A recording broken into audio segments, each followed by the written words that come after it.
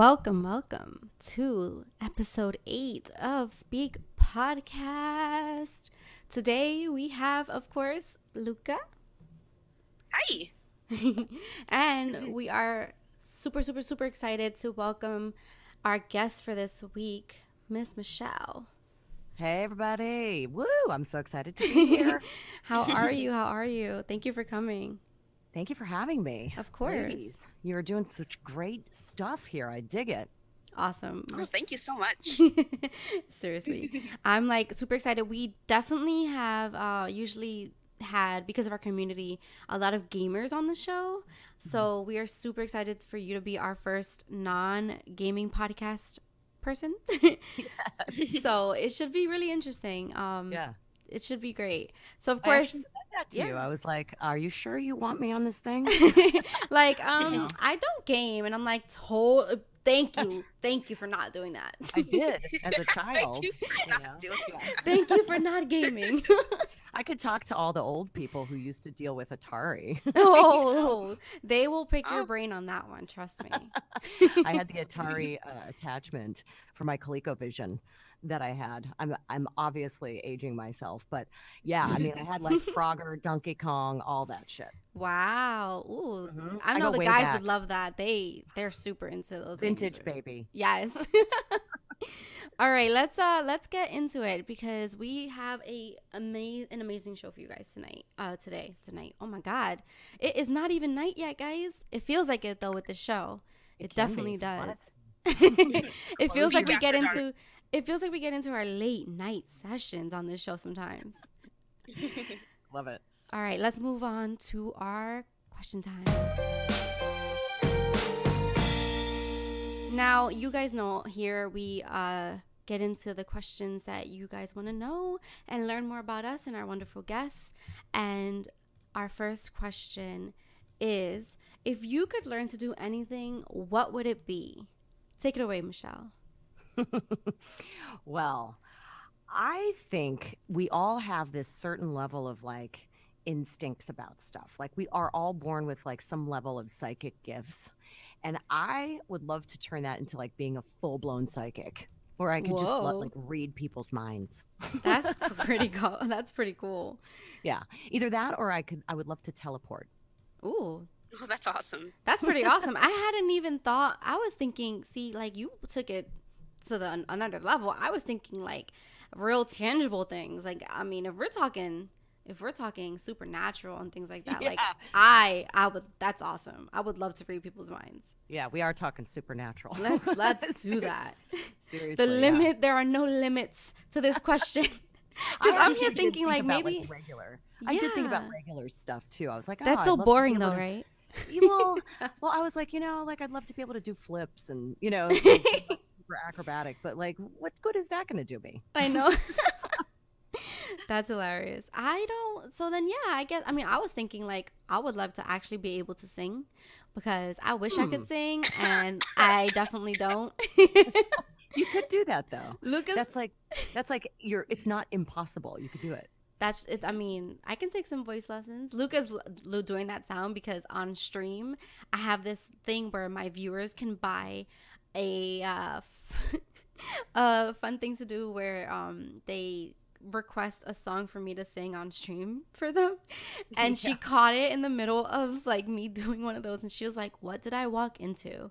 And I was like, This is all jokes. It's for fun. Please don't make fun of me. You want to give us a little now, Blue? Oh, no, she did not. Nice.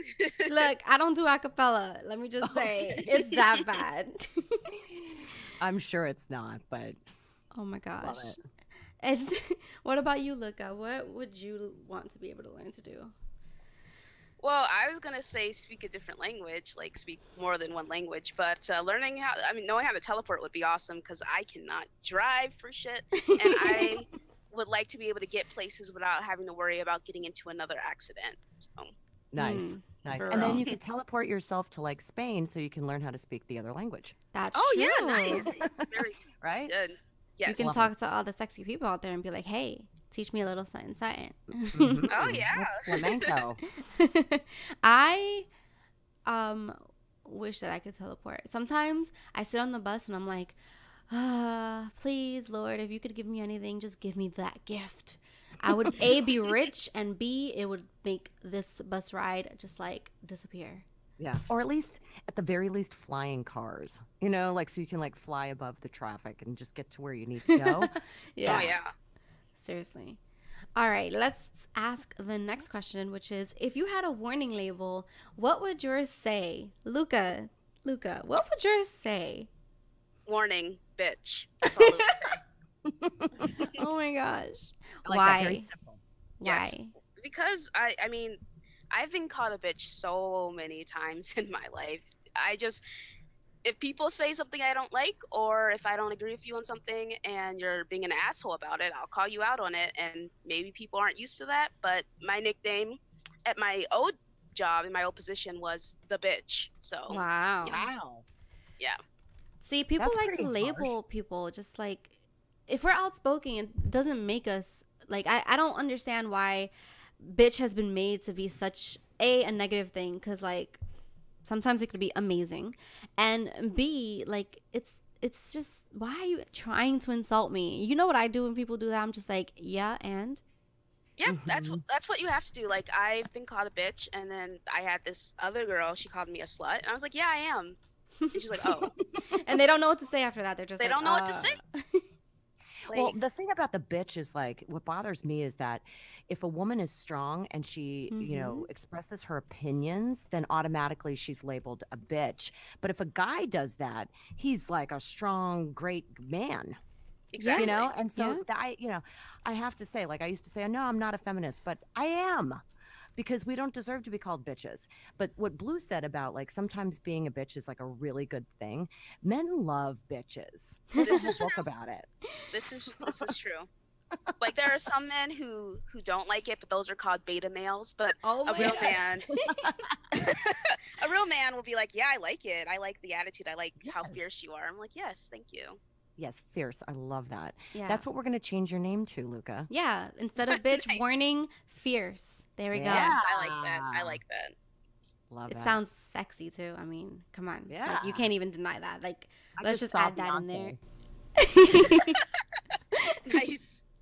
And the What thing if- is, another thing that that gets to me is that, like, you mentioned the whole feminism thing. Like, I've seen videos of like male feminists, and I like the idea of guys being feminists, but it's like some of them take it to the point where, like, okay, I'm a feminist, I believe women should have equal rights, but in the same sentence, because this woman doesn't agree with my opinions, I'm gonna call her a cunt and a bitch. Mm. And I'm like, just because you've labeled yourself as a feminist doesn't give you the right to call women that, but okay, whatever. Right. And also, just because you've labeled yourself a male feminist doesn't mean that you still need to get paid more. Oh, Exactly. yeah, of Nice. course. Of course. And let you say something about that paycheck of theirs, and they're just going to be like, wait, no, wait. I take it back. And I'm like, you know what? I'm done with you guys. Totally. My warning label, I think, would probably be something like, warning, do not mess with. Because I feel like people think that just because I'm short and I look like I'm not strong and things like that, they can say or do things that, you know, they wouldn't say or do to another person. And I'm just like, but what are you doing? I mean, and then as soon as I say something or do something, they're like, whoa, oh my gosh, whoa. And then they, you know, they back away and they're like, okay, I'm sorry. I'm like, look, I may seem like I'm a chihuahua, but I'm loud and I will like bite you. Don't play. She's like a Rottweiler, everybody. Yep, I love it. It's ridiculous. Don't true, though. try to like That's so underestimate true. me. Yeah. Yeah, but like just because you're tiny and you have a sweet voice and you know what I mean, and you seem like you could be taken advantage of. Oh no! Do not judge somebody by the way they look, because I've also seen like gigantic men be like the most sensitive little babies. Yeah. So, Yeah. It's so true. yeah. Yep. There's a couple of guys I worked with who are like all over 6 feet, and I'm 4'11", right? And I would like just start bitching at them, and they would just like, oh, okay, whatever you want. Sorry. Oh, what about you, Michelle? What would your warning label be? Oh, I thought about this a lot. I was like, oh, I could have so many warning labels. Like you wouldn't be able to buy my product. Warning, low bullshit tolerance level will call you out. Ooh, Nice. yes. It's kind of long. It would No, it's require a lot of awesome. type. That's amazing. Yeah, yeah. Or we could simplify it and be like, warning, bullshit meter, in full effect. It's just like I do tend to just call people out. Like I'll be like, what are you doing? Why are you doing Same. that? And that kind of stuff. And a lot of people hate it, especially men. They really, really dislike it. Well, although there have been exceptions where they're like, I like that you call me out on my shit. That's kind of good. Like you make me think. You keep me on my toes, blah, blah, blah. But most people don't like that. So I Yeah. try to temper it. But Yeah. it is a warning. I mean, hey, some people need to be called out. I mean, Yeah. you can't forever live in ignorance and, expect no one to say anything about it. But you know what? Yep. I think when you call people out on something, a lot of times it's because you care about them. So you'd be like, hey, it seems like you're doing this thing. Like you're being an asshole. Like, do you see how this is like being shitty? You know what I mean? And they're Yeah. like, oh, you know what? You're right. So sometimes it comes from a point of caring about that person and wanting them to, see something from a different perspective or something like that. Other times, yeah, it could be like straight up rude, but it just Yep. depends. There's actually a show on TV right now where it's like, what would you do? Have you ever seen that show? Oh no, I So haven't. this is like really interesting. I just saw it for the first time like 2 days ago. And they set up these scenarios where they have people put in public places. Like there was a mother and two kids, and they're all actors. And she was pretending like one of the kids was the foster child and one was her blood child. And she was letting her actual child have whatever they wanted from the menu, but telling the foster child that they weren't allowed. And saying like, you're just the foster child, like that, like abusive shit. And so there were people all around, and the hidden cameras were seeing like who would step in and call them out on it. And people actually stepped in and called her out, and they were like, don't talk to her that way. And some guy actually went up to the little girl and gave her like a $50 bill and said, here, honey, you can have whatever you want. Like it was I think I've seen really a show like interesting. this. Yeah. Yeah. I feel I've seen like YouTube videos about that and stuff. Yeah. But yeah, that's good, because a lot of the time people feel like, well, it's not my place, I'm not going to say anything, or Yeah, it's not like, my I don't want to get problem. involved, but it's always good when people do say things. Like there was this one time I was at the laundromat, and like this girl, she got out of the car, and I don't know, her boyfriend or her husband or whatever was like screaming at her and was like, get back in the fucking car right now. And I was just like, I went up to her, I was like, hey, are you okay? Do you need anything? And she was like, no, it's fine. And he left, and he came back, and he was like circling around. I was like, bro, get out of here, man. Like, what are you doing? Wow. Like, Yeah. That was ballsy of you to Yeah. step in. You didn't know Yeah. them, Yeah. Well, Well, you never know. I mean, you don't know, but I feel like I'd want someone to step in if I was in a situation like that. And Yeah. if you want something like that, you have to be able to step up as well. Yeah. Totally. I love that. Yeah. For sure. Our next question is, what's the craziest thing you've done in the name of love or lust? Michelle, go ahead, take this one. I got to take this one. Okay. I had to really think about this one. This was like pretty tough because I was like, I've never like jumped out of a car or like like a moving vehicle. Yeah. Like I haven't jumped off a cliff. Like I was trying to think of something crazy, and then I was like, oh, I got it. So I'm divorced, and my ex, I married him after just 3 months. So that was pretty crazy in the name of love. Yeah. Most people would be like, what are you doing? Are you crazy? 3 months. Wow. But it felt all right, and we lasted for 4.5 years. So I don't think it was too bad of a decision, but everybody thought I was nuts. Oh my gosh. I mean, it's true, because 3 months is such a short time if you think about it in the long run. I mean, you were married longer than beforehand, and usually yeah, it's like It was like a miracle. I mean, at least it could have been shorter, and then you would have been like, wow, okay.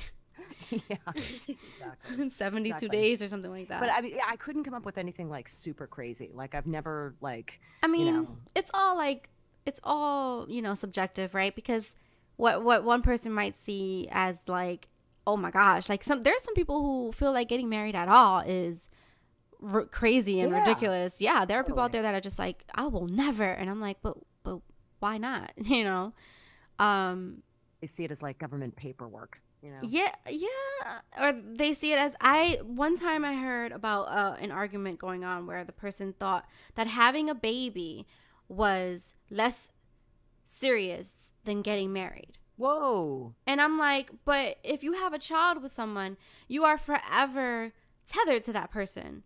Do you not think? And apparently it's not that serious. Being married to someone is like more of a commitment than having a child with another person. If you look at it like paperwork wise and like rights wise and like whatever the state requirements are and stuff, like if you marry somebody, they're going to have rights to your money. They're going to have the ability to like tap into your assets and stuff. And like, I think it's a lot more difficult if you're not married, but if you have a kid. But if you have a kid, you can get child support. Yeah. So even if you're not married. Yeah, for sure. Yeah. So it's a bit ridiculous. I mean, I feel like having a child is like a big deal, you know, and I don't understand why people downplay it. It must be the culture.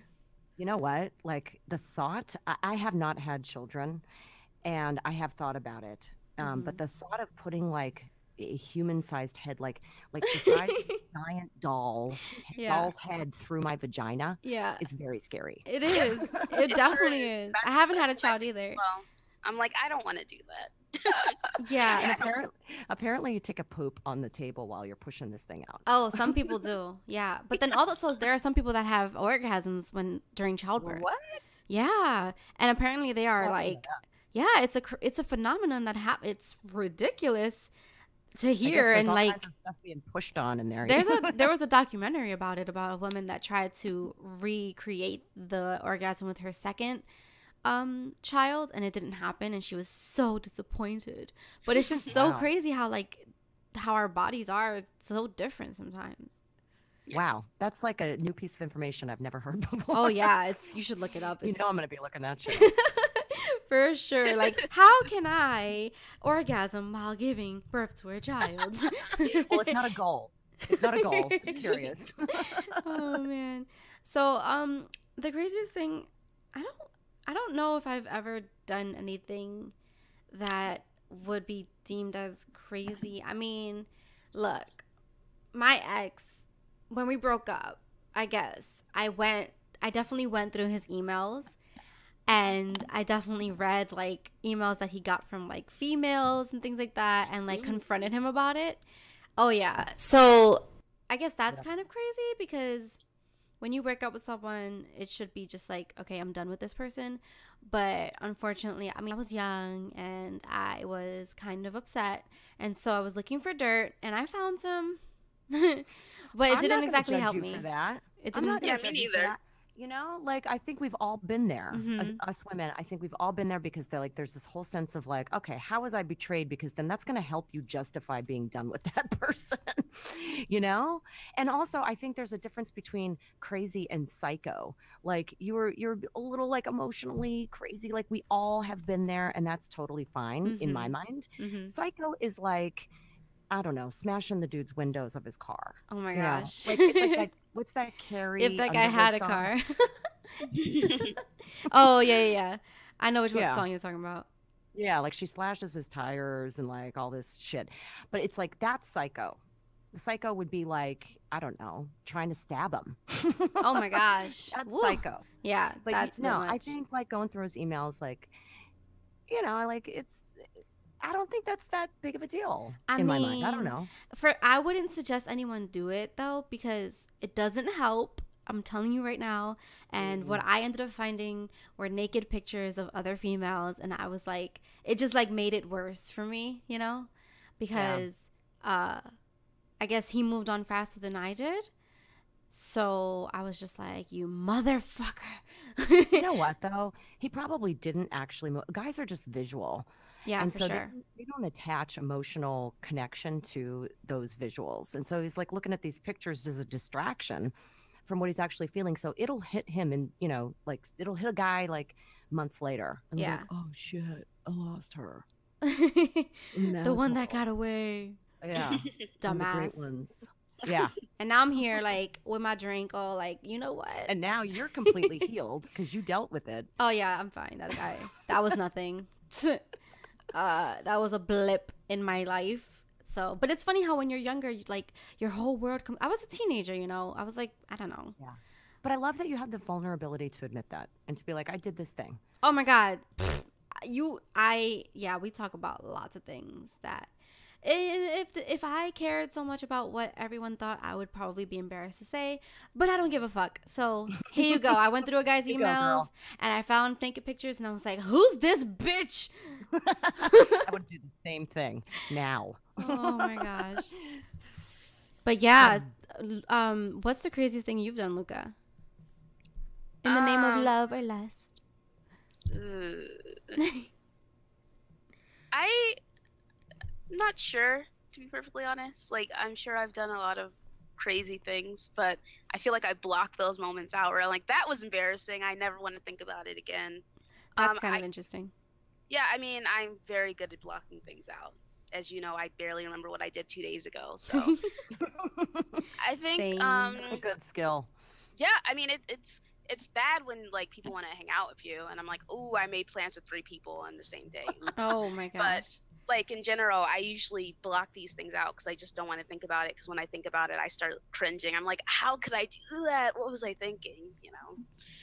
But as it stands now, the craziest thing, I love sleeping, but I'll stay up late for someone I really care about. That's probably the most I'll do at this point. But anything else, I don't know. I mean, I don't know. Like, I don't know. I mean, I've done everything that most normal people do. Like, you know, I've gone through people's stuff before. Phones. Like, you know, yeah.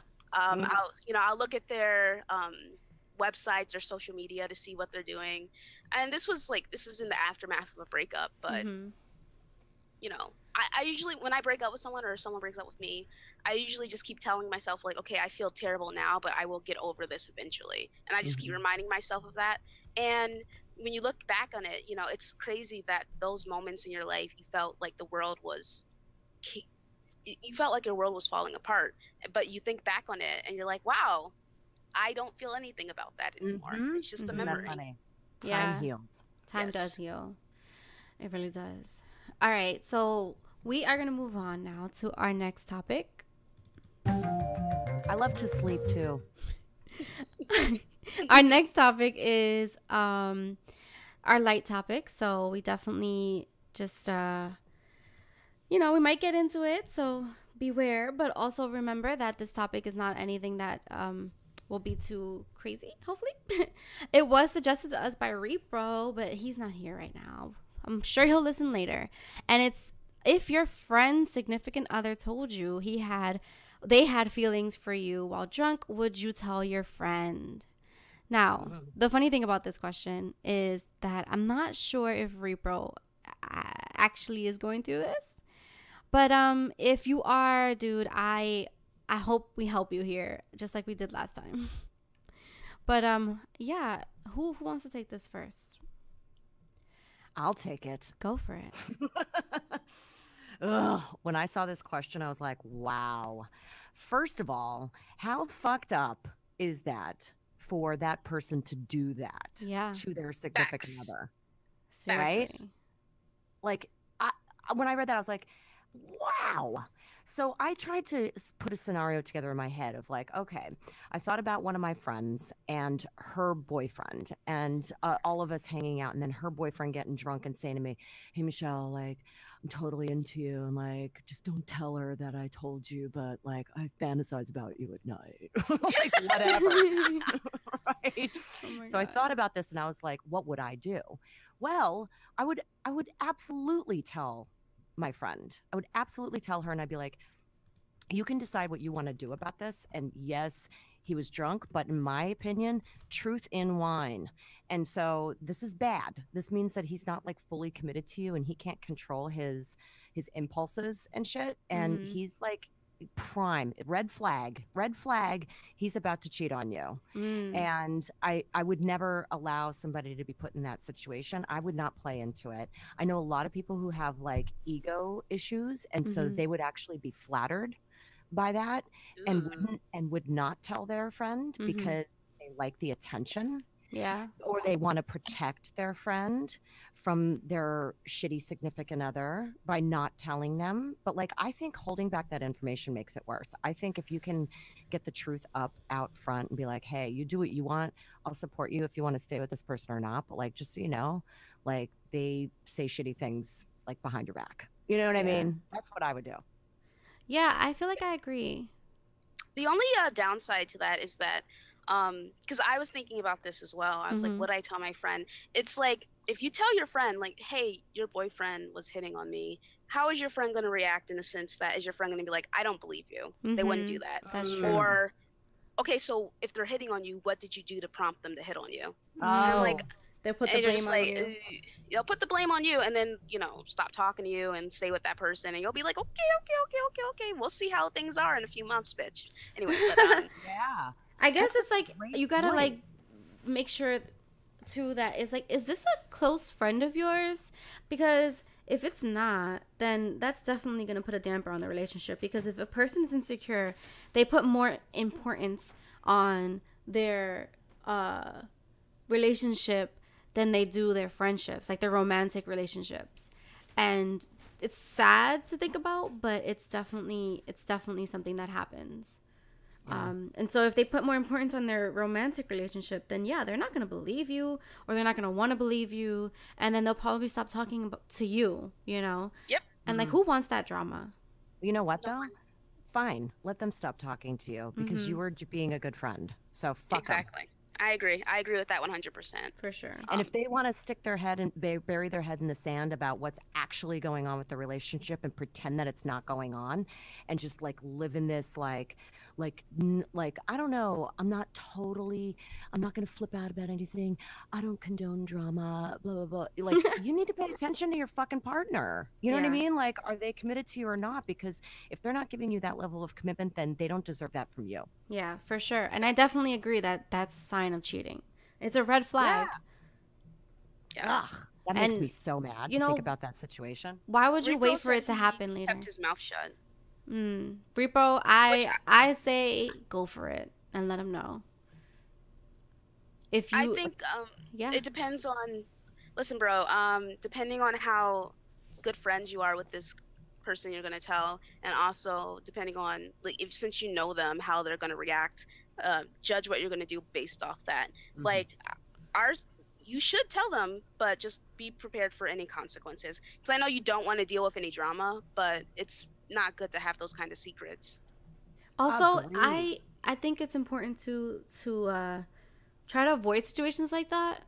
If you know that person, you know, is like that, maybe maybe personally me, I probably wouldn't, and I might do this subconsciously, I probably wouldn't hang out with them in situations that they'll be drinking as often, just because that's really uncomfortable. Like, if someone's drunk and they're coming on to you, that alone is uncomfortable. For them to be your friend's, you know, significant other, it's just like makes it 10 times worse.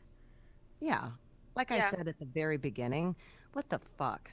That's fucked up. For It's real. really messed up. Repro says that they're married and about to have a child, Wow. and he's been friends with this For person 20 for years. 20 Wow. years. Oh, That's so that explains it though. They're about to have a child, which means, okay. So wait, so the girl is the one telling Repo that she has feelings for him? Did this happen? I think this probably happened before, because if they're about to have a kid and they were drunk, so this probably happened a while ago. Right. Yeah, I didn't think about that. That would be weird if I she was, mean, like, unless she's getting drinking, plastered yeah, while while she's pregnant. yeah, then I would be like, you have a whole nother situation on your hands, sir. Who is this chick? Please. Yeah, class act. Yeah, well, they say, and this is like a weird little factoid, that like after having a child, like they say that about 18 months after having a kid, a woman will immediately start being attracted to other men besides the father. It's like this weird biological instinct to find a different seed or something. Mm. And so it happens. So sometimes, like, wives will like start to be attracted to other people. So I Mm. don't know if they already had a kid or not, or like what the situation is there, but sometimes it's like a hormonal thing. Yeah. And then in Yeah. that case, they could just blow her off. Yeah. It's hard. It's a tricky situation. I mean, 20 years is a long time, you know. Um I mean, personally, I think I would just avoid being alone with the person, the Yeah. significant other, just like not put yourself in that situation. And I mean, avoiding things is not always the best. Like, I'm usually the one to go head on, but that's a tricky situation Mm-hmm. The because a lot of drinking piece is factors. big. Yeah, that's huge.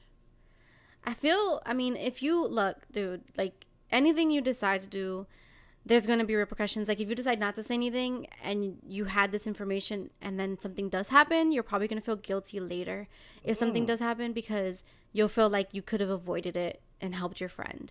But And at the the truth same always comes time, out. yeah, at the same time, if you say something now, you'll also feel guilty because if it goes the wrong way, you'll feel like it's your fault. So, I mean, you got to just kind of like see which Also, one is it's worse. it's been like a year. Like if this Mhm. happened a year ago and you bring it up, your friend's gonna be like, "What the fuck? Why didn't you tell me Yeah, earlier?" that's definitely a while already. So I feel, I mean, maybe this is different. They're about to have a child. They're probably in another place.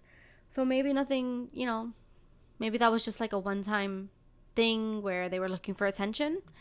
Mm. Because people do that, especially when they're drunk. Like they definitely do stupid things because of their ego. Mm. Yes. It's not something that like you should drink responsibly, people. They put that on the label. So like we say on this show all the time, get your shit together. So yeah, just like get your shit together. Back to the warning label. Warning. Drink responsibly or I will be fierce. Nice. Seriously. But yeah, Reaper, I think if it happens again, I would say something. But for now, I think you waited a while too long, and honestly, I think, they might have moved on at this point. Yeah, Hope. bro. But if it happens again, I mean, to everyone that's listening too, if it happens, me personally, I would say something right when it happened. Uh, Drunk or not, like, I don't know why, but alcohol doesn't shouldn't give people an excuse to behave a particular way. Yes. Because if Agreed. someone's behaving this way under the influence, it doesn't necessarily mean that that's not there. You don't magically become a completely different person when you are drunk. Like that's, you know what I mean? It's not like, oh, this is coming from the alcohol. Like I like you because I'm drunk. It's something that's probably deep down inside. Yeah. Oh, and the And other thing too that I would have done yeah. is say something directly to that significant other when they say it, when they're Mhm. like, hey, so I've been having fantasies about you or whatever comes out. You say, whoa, like, okay, thanks, but that's fucked up. Like, my friend's sitting right over there. For sure. Call them out, shut it down. Like, I think about it in opposites. Like, so if this happened to like a guy that I was with, you know what I mean? Like, I would expect him to shut that shit down. For He'd be sure. like, no, I'm not playing that game. Like who? What? Where? Yeah. No, I'm not doing that to my friend. Yeah. So take it Yeah. elsewhere. All right. I hope that this helps you, Repro, and anyone else that's in this situation. And I think we're gonna move on. So let's do that.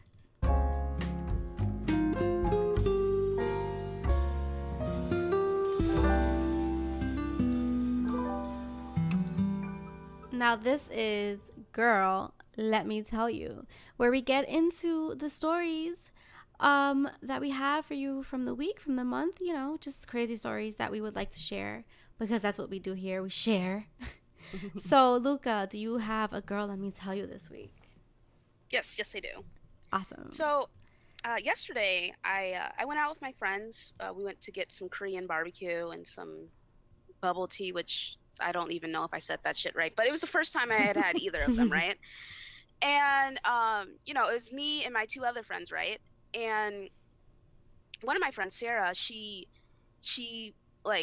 texted one of our other friends and asked her if she wanted to come out, but it became like a thing, a weird thing, right? Because when I got there, our friend Diana was sitting there and she's like, hey, look at this message from Yulia. And I'm like, okay. So Sarah had texted Yulia and asked Yulia if she wanted to go out with us, but Yulia never texted her back. And so Diana was asking Yulia, it's like, hey, why didn't you text Sarah back? And Yulia was like, oh, I didn't know the text was for me. And I was just like, how do you not know a text is, like, we've all hung out before, like, what's the issue? And so Diana was like, yeah, I asked her why she didn't, and she just sent me back a shrug emoji. And I was like, okay. Obviously there's some like something's happening. There's some other issues going on, because I've heard say things about Yulia and Yulia say things about Sarah, or Yulia's like, I don't like Sarah because she gossips a lot and she exaggerates when she gossips. I'm like, Yulia, you gossip too. And you're gossiping right now, bitch. You're gossiping right now, you know? And then Sarah said stuff like, well, Yulia never wants to hang out with any of us. She just ignores us, so fuck her. And I'm like, oh, okay. Oh boy. But I just feel like if you have an issue with someone, you should talk to them about it, because that's what I do. You know, that's what I do. If I have a problem with someone who's like a close friend of mine, or even if we're just like generally friends, I will go to them directly and start talking to them. You know, I'll be like, hey, what's going on? Or hey, or if I say I get into I got into an argument with one of my good friends on Twitter, and it was like something else was going on, so I was taking it out on him. So I stopped myself and I made the conversation private, and I talked to him about it because I was upset, and I explained to him why I was upset, and I apologized. You know, if you have a problem with someone, just talk to them about it. I don't understand why that's so hard for people to do. Yeah, just pull them aside and talk to them, because just holding on to those feelings of bitterness and anger or hurt, it's just gonna build up, and it's gonna come out in a different way, and you're going to hurt someone. You're gonna blow up over something so small, and they're gonna be like, what the fuck? And you're gonna be like, yeah, this was actually, I was still upset because of something that happened 6 years ago, but I've been holding on to it since then. Yeah, like, why is she going to the friend? Like, why do people do that? Why do they deflect all of their venting onto the person who's not directly responsible for whatever happened? Like, I don't need to hear all of this. Go talk to that person directly. If they did something that really annoyed you or that was out of line, then go talk to them directly. I totally agree with you, Luca. Yeah, I mean, I don't really understand. Like, if you have a problem with someone, just go and talk to them. And it's always awkward for me because, like, I am friends with a lot of people who don't like each other. So they'll say something to me, and I'll be like, you know, I like that they're my friend, right? Like, it's fine if you don't like them, but I like them, so I don't really agree. I don't know why you're complaining to me about them. That's rough. That's rough. Yeah, for sure. You're I feel like being situation there, because you're like the liaison between people who want to vent. And you poor thing. It's always super awkward, because my friends from yesterday were complaining about my two other friends, and I was like, well, I like them. They're always nice. And then my one friend, she was just like, well, she's not a good person. You know, she's like this, right? You know, she's like that. She's like two-faced. I'm like, no, she's always been good to me. So I mean, it's unfortunate you feel that way, but I can't agree with you. You're right. Yeah. It's interesting how they try and bring like you to their side, you know, like don't like this person because I don't like them. It's like, but wait, you don't like them for a particular reason. Like, they've never done that to me. So what? You know what? It gets worse if you're in a romantic relationship with somebody and their friends don't like you. Oh, that's rough. Yeah. That's rough. Yeah.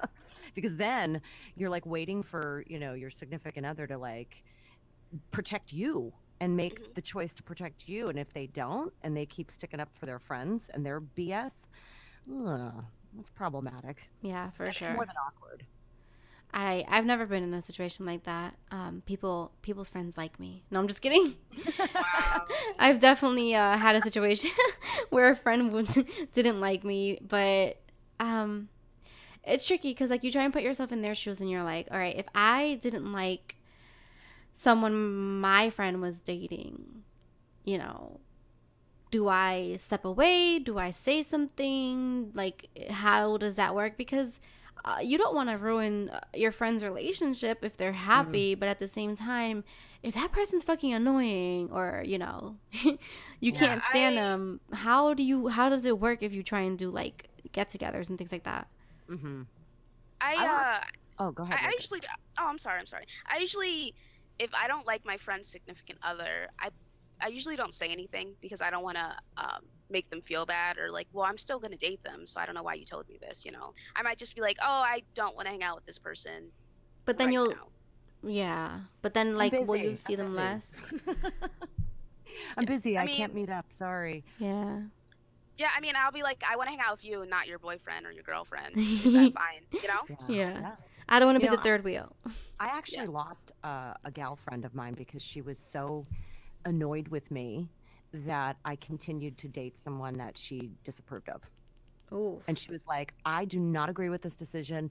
You are not the same person that you were. He's affecting you. He's ruining your career. He's doing this. And like, she was so mad at me that she like deleted me off of Facebook and everything. Wow. Like, haven't spoken to her since. Damn. It was dramatic. That's tricky. That's so tricky. Because who wants to lose a friend, you know? But like, would you leave? Like, she can't tell me what decisions to make. Yeah. Like, that's true. Like, we did end up breaking up, but still, it's like, you're not my mom. Yeah. Exactly. And the way I think about it. Oh, go ahead. I was just going to say, even if you were my mom, yeah, like, I wouldn't listen to my mother either. I'm going to do what I'm going to do. Do what you got to do. Do you feel like people telling you not to do something makes you want to do it even more? Yes. Why is that? It's so bad. We're a human thing. Human reaction. We have a rebellious tendencies. That's what it is. Mm-hmm. Yeah, the way I usually go about it is if I don't agree with something my friend's doing, or if they come to me for advice about someone, like this is usually what I say when my friend's dating someone, they have advice. They're like, can you give me advice about something because my boyfriend or my girlfriend did X, Y, or Z. I'm like, okay, well, listen, I'm going to say this to you, right? I'm going to tell you what you should do. And I know you're not going to do it because people are going to do whatever they want to do despite other people telling them their opinions. So me saying, hey, perhaps you should not do this, you're still going to end up doing it. You're still going to end up dating this person and staying with them because what you personally want usually overrides what other people are saying to you. So I'm like, there's not really any point for me giving you any advice because you're going to end up doing whatever you want anyway. Yeah. Or you could just ask them, be like, hey, would you be open to my thoughts on this? Like, do you want my advice? Are you asking for my advice? And then if they're like, no, then be like, okay. And then just keep it to yourself. But if they're like, yeah, sure. Well, like, what are your thoughts? And then tell them, then lay it on them. And then they can and say, you know, you'll probably still date them and I'll support you no matter what you want to do. But I don't agree with this decision because I care about you. Yeah. My friend was dating someone that I definitely did not approve of. And when she would talk to me about it, I would ask her, I would be like, okay, so do you want me to give you the nice answer or do you want me to give you the real answer? And she's like, the real answer. And I'm like, all right, prepare yourself. I still love you, but this is what I have to say about it. And then I would give it to her straight. I'll be like, look, this guy is a fucking stupid ass like cheater that you should not be with, that you should probably like, you know, turn your back on. She didn't listen to me and, you know, shit ended up going, you know, hitting the fan, but I'm there to catch her when she falls, you know, so I'm not going to be like, well, I told you. I'm just going to say, what is it that you need from me to help you? Because that's what friends do, you know. We don't need to be bringing each other down when we're already down. Yes. That's what I want my friends to do, you know. That's a great approach. Yeah. And she really appreciated it because, oh, thanks. You hear that, Luca? You hear that? I'm a good friend. Yeah, debatable. But okay. My heart. Damn. Just kidding. I'm kidding. Oh, Lord. Yeah, but that was a good girl, let me tell you. That was a good one. What about you, Michelle? What's yours? I don't even know. Oh, I do know. I saw this crazy article, and this is totally different from what we were just talking about. This is like for sure. Total tangent, but girl, let me tell you. Ooh, love it.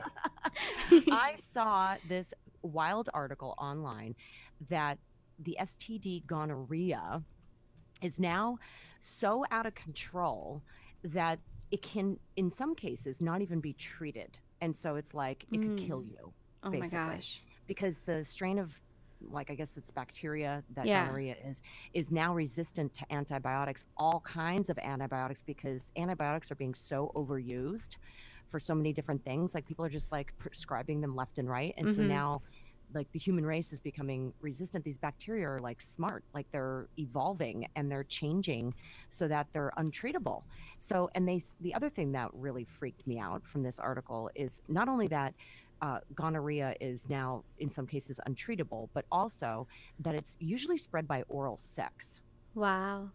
So, ladies or gentlemen out there listening, if you're cheating and you're getting blowjobs or giving blowjobs, just know that you might contract gonorrhea. Listen. Y'all better wrap it up. That's what I have to say about that. Those commercials need to come back where they're just like, look, condoms are free, people. You can go to a family planning facility and get condoms for free. Do not give me that bullshit. Okay? Yeah. You best wrap that shit up. Don't wrap it up twice. That doesn't work. Okay? Don't listen to the TV shows where they're like, you know what? You better double it up. No. That makes it worse. Yeah, uncomfortable. I mean, it's so stupid. Like, if the rubber is rubbing against another rubber, it's going to break. Like, come on, friction. But I mean, no science class here. We're just gonna tell you, just wrap it up, guys. Yeah. But anyway, sorry, that was my girl. Let me tell you. No, that that's was really like, That's a good one. Yeah, It's good to know. That's really serious. I mean, now I feel like I need to like go to the doctor and get my blood examined. oh Make sure gosh, everything's good in there. Yep, everyone go to the doctor. Get yourself checked out. Take care of your bodies, please. Yes. It is the shell for your soul. For sure.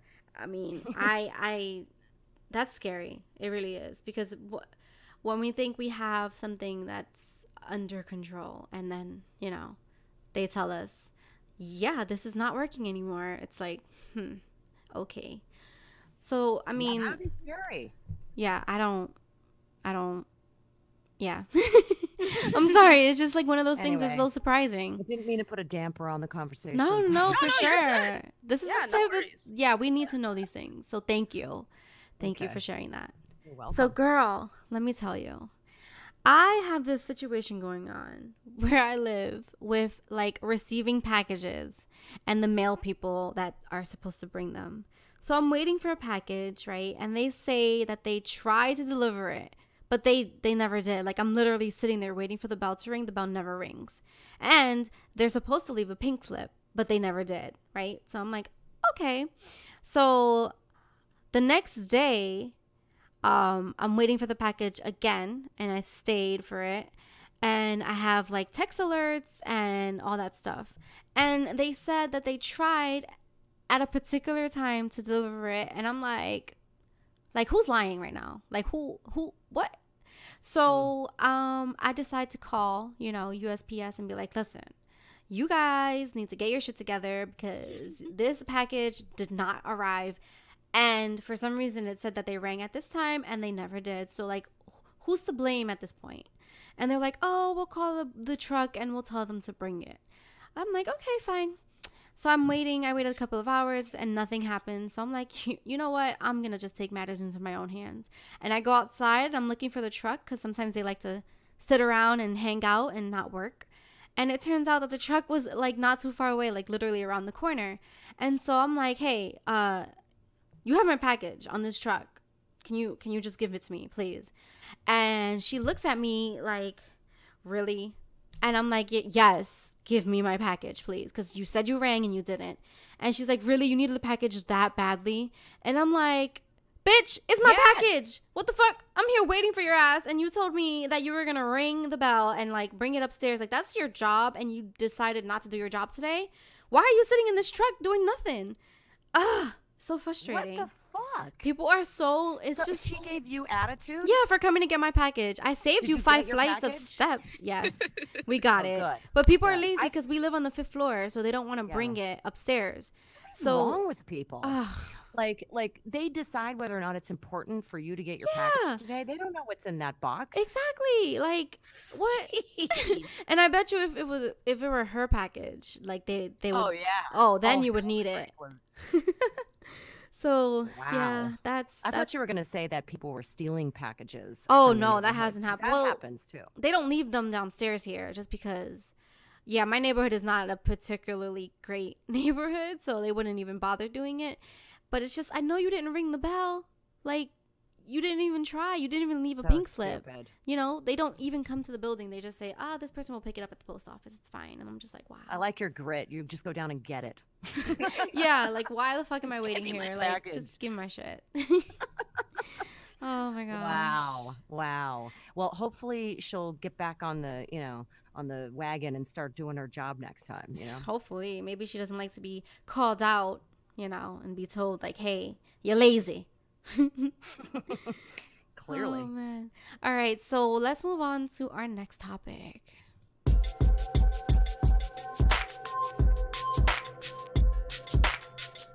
So our next topic is our serious topic. And I do want to give a trigger warning for anyone that has been in an abusive relationship before. If you feel that you cannot handle listening to something of that nature, then definitely fast forward past this part, and we don't mind. We definitely know that this is a trigger for some people. There will be some information in the info bar.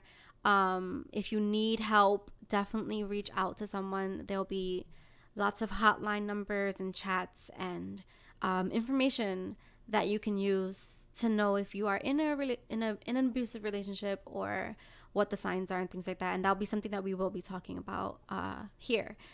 So, abusive relationships, how do we spot them, and more information that we want to give you guys, just so that you're aware of what is considered abusive, whether you are a male or female or non-binary. It's important for you to know, because anyone can be abusive to anyone else. It doesn't necessarily have to be a romantic relationship. It can be family, it can be friends, and I think that's something we definitely want to focus on here. Yes. Yeah. Big topic. Yeah, it's definitely serious. It's a serious topic. It's something that a lot of people, especially our younger generations, they deal with this and they don't even know, because to them they think it's normal, and it's not.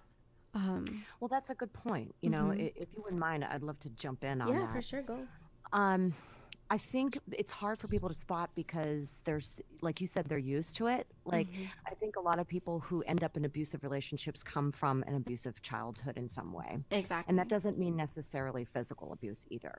It could have been like emotional abuse, parents controlling them, or just like volatile households where there was a lot of yelling, a lot of anger, abandonment, like maybe their parent like abandoned the family when they were young, like issues like that caused them then later to attract the same or to be that. Yep. To emulate that, because they don't, like you said, they just don't know any better. So it's like, it's really something that can be fixed, I think, if somebody goes to get help and guidance about their behaviors and what their tendencies are and like what their triggers are and such. So it's like they're everywhere. I think these people are everywhere. Yeah. And I think you saw my posts on Twitter about like narcissists, right? Yes. So I think, this is like my personal opinion. This is not like to be counted on or guaranteed, but like, this is my personal opinion, is that a lot of narcissists, like people who are just so full of themselves that it's all about them, the world revolves around them, I think that they tend to come from abusive environments, and that's their coping mechanism, to just be like controlling and abusive. Yeah. So, it's like, that's my opinion, but they're everywhere. And I learned this really interesting thing where it's like a lot of them tend to be children of alcoholics or people who had addictions of some sort, not necessarily alcohol, but maybe something else. And so that gets transferred to them. And so then, there's like covert abuse that then they play out on you. And so some of the like behaviors that I was taught when I spoke to a relationship expert who really deals with, it's called ACOAs, adult children of alcoholics. And they said you can watch some of the patterns. Like you'll know when it's coming. You'll know if you're in an abusive relationship because it usually starts off amazing. Yeah. Like there's going to be like tons of romance, tons of attraction, lots of attention and love and lust, and like it's all going to feel like amazing. But then, like a few months into it, then that's when you start to see like the changes and the shifts and the acting out and stuff. And like you'll start to see like yelling, or if it's the opposite, if their coping mechanism is to shut down, they may become passive aggressive and like pull away if they don't get their own way, or like make snide remarks, or like be impulsive and be like, running away from the relationship, or making like really risky choices, like impulsivity, like, I don't know, putting you in danger when you're driving or something. Yeah. Controlling your partner, like wanting to know where you are at all times, wondering what's up if you haven't called them within a certain period of time. Lying, like compulsive lying, like because they are afraid of your reaction if they tell you the truth. Yeah. Like that kind of stuff. Like there's so many different ways that they could do this, like in a subtle way where it's like it's controlling you emotionally. And then there's also the direct ways where they're going to like actually call you names. And like you said something earlier about somebody, like some girl calling you a cunt or calling you a slut. Like that's like full on verbal abuse. Yeah. You know what I mean? Like there's no reason for that. Like you should learn how to like change your behaviors and your choices and be able to communicate with somebody in a loving and in a safe way, Yeah. That was a lot. I just dumped a lot. Yeah. It's a big topic. There are definitely different kinds of abuse, and I think people don't realize that it's not only about the physical. It's not just someone hitting or, doing something like that. There's emotional abuse too. The verbal aspect of it is very important to remember because words hurt and people don't remember that.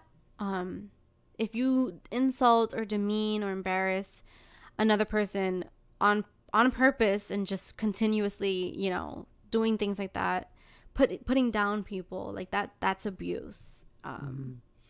Or like trying to hold you back from doing things that like make you the full passionate person that you are. Like I've dated guys like in the past who they loved something about me, that I was like this singer on stage, like doing my thing, and they loved that about me. But then later on wanted to hold me back from doing that because they didn't like me being on stage anymore. They didn't like the attention that I got. You know what I mean? And so it's like there was like this switch around, and it was like trying to almost subtly hijack or sabotage. Control you. Yeah, like my passion for what I want to be doing. It's like purposely shifting the schedule so that I wouldn't be able to go do something that I wanted to do or whatever. It's like that's the kind of stuff that can really build up over time. And the problem with it is that if anyone's out there listening who, like, once you fall in love with somebody and you're in the relationship and you're bonded to each other, especially sexually, and like you get those hormones raging, or like the dopamine, all of that stuff because you're close and intimate with this person, then it's easy to overlook the shit. And then it becomes harder to get out. Yeah. What's important to realize too is that there are aspects where if they claim to love you so much that if you do leave them and they threaten you, like threaten to kill themselves or threaten to destroy something that you love or kill, your family members or your pets or anything like that, that's, oh my God. That's also a tactic. And what you need to realize is if you are with someone that's doing that, or if you are yourself doing that, these are abusive tendencies. Like you should not think oh, but I wasn't really going to do that, or they weren't really going to do that. They just love me so much. Like, that's not, those two things don't make sense. you know? You don't threaten somebody that you're gonna like destroy something they Yeah. love Yeah. or destroy their animal or whatever. You don't say that stuff. Yeah. And Yeah, don't, and If yeah, you, go for it. yeah, the big thing is the whole threatening to kill yourself if someone leaves you. Listen, I have depression, right? And I've gone through moments where I wanted to take my life, but I have never said to anyone while I was in a relationship with them that if you leave me, I will kill myself, because that is an abusive tactic. Mm-hmm. And one of my friends, she came to me the other day because um, a couple of her friends were having issues, and she came to me and she asked me, she's like, "Hey, um, is this an abusive relationship? Because I'm not sure, and it's like XYZ is happening." And I was like, "Well, first, if you have to ask if the relationship is abusive, then it's abusive." yeah. I'm sorry to hear that you struggle with depression, Luca. I'm happy to hear that you have never used that against somebody. You know what I mean? Like as a strategy, because that has been used against me by somebody. And it's not because they were a depressed person, it was because they just wanted to keep the relationship. Right. And they Yeah. threatened to kill themselves. And that was like, holy shit, like I don't want that responsibility. Right. I don't want to feel responsible for your life because you love me so much. Like I'm going to stay so that you don't kill yourself. Yeah, that's Wow. I I don't understand that. Like, if someone ever said that to me, I'd be like, "Bye," because it's like if you have to use that as a threat, then It's so I'm not mean. I'm not gonna let anyone emotionally manipulate me Yeah. anymore, because Yeah. like I said, I was in an abusive relationship, so I can spot it and I know the signs. And I like, my biggest fear, like the relationship I had after my abusive relationship, my biggest fear was turning into my abuser. So I was Mm-hmm. very Mm. paranoid about all that stuff. And you know, people I don't know whether it's subtle or not, or if they're aware they're doing it. I'm just going to assume that they're aware that they're doing it. But people have tried saying things to me or doing things like, let's take my father for instance, who was not in my life growing up. He recently he came back when I was 18. I'm like, "Fam, I'm an adult now. I don't care to talk to you, you know?" Mm-hmm. And he said stuff like to me like, "Well, because of this, I'm just gonna stop talking to you because, like, and how do you like that? Like, because you did this to me." And I'm like, "Okay, well, first of all, emotional manipulation 101, you can't play me. So if Mm-hmm. you feel that way, then feel that way. But I'm letting you know right now that you are trying to manipulate me emotionally, and I'm not going to have it. And I'm aware of what you're doing." And then after I called him out, he's like, "Oh, I'm sorry. Like, I was just, I'm like, shut the fuck up." Yeah. I, That's, yeah. like, I don't talk to him. He's not in my life because of that shit. That shit irritated me so much, because it's like, after people who've been in abusive relationships, they can just tell, Yeah. they can spot it. Yes. And You yeah, know, they you have just like, know, they have those behaviors that like ruin the happy feelings. You know, Mm-hmm. it's like they have their own faulty coping patterns.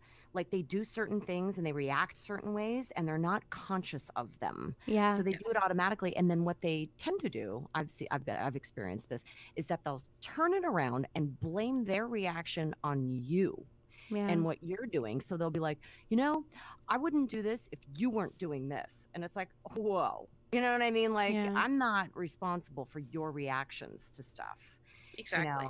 and it's like a lot of it does come from like, you got to look at like where they come from. So like when you meet somebody new, like know about their family backgrounds, like be curious about their family. And, if they come from a really troubled background, then that's something that you need to consider if you want to get involved with this person. Like how self-aware are they? How aware of their own patterns are they? Like do they have abandonment issues? Like because that's going to give them, they're going to have anxiety if you're not in touch with them or if you don't keep a certain communication pattern with them. Like they're going to start flipping out. You know what I mean? So like you have to be sensitive to that. And it's going to take a lot more work to have a relationship with somebody who comes from a traumatic childhood. Like maybe they were bullied.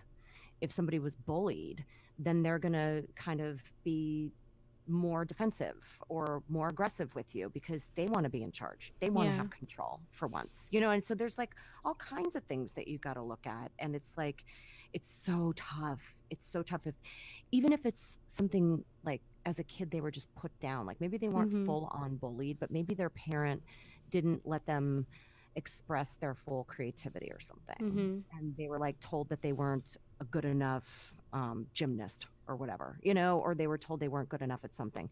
That's going to bleed into the relationships like in their adulthood, because their partner, if they're like, oh, yeah, that was cool. And they're like, what? You don't like it? You don't think that was good enough? Was that not good enough? You know, that kind of stuff. It's like you have to be with somebody who's willing to do the work on themselves. Yes. Or leave. Yeah. So that you don't That's get important. caught up in the storm. That's really important too, because sometimes people don't realize what they're doing, and hurt people. I feel like that's really important to remember. I'm gonna say it again for everyone. You know, hurt people.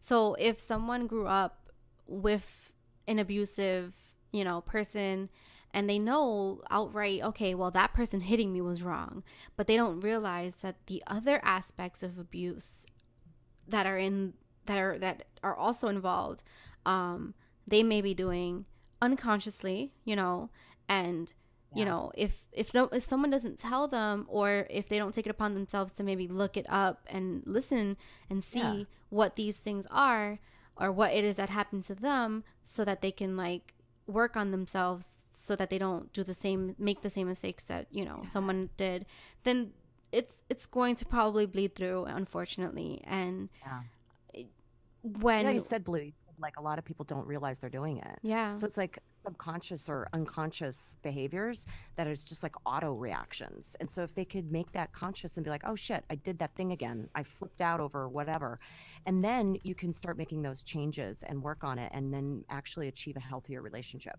Yeah. I mean, if someone's willing to work on themselves in order to change that aspect of themselves, especially if they don't realize it, but then if something clicks in their head and they're like, whoa, I'm doing this is a problem, then that's something that's worth working on.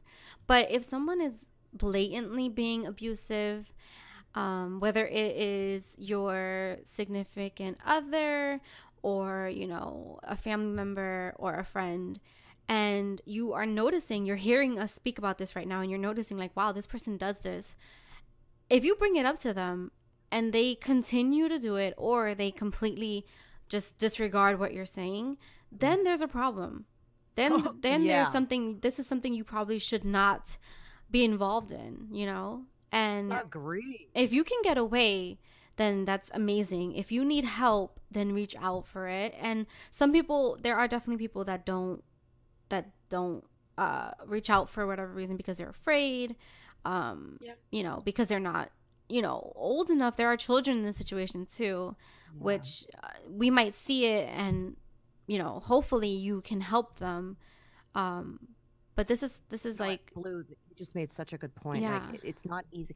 Like, if somebody's out there listening and they're like, oh, just leave the relationship, it's that easy. Well, it's not that easy for some people who have children with an abuser, or, you know, are living with a family, they're supporting everybody, and, you know, they can't leave. They can't do that.